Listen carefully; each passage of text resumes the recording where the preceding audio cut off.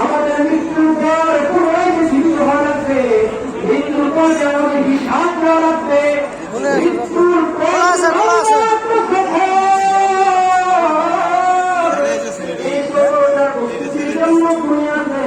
আমি আপনি কোনো চিন্তা বিক্রি করি নাই।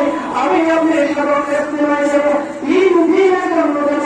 এই 3 দিনের জন্য গোটা বিছানাপত্র অনেকগুলো কাপড় প্রয়োজন হয়, আমার প্রয়োজন হয়, শীতের জন্য দামি দামি বস্ত্র প্রয়োজন হয়। আর আমি আপনাকে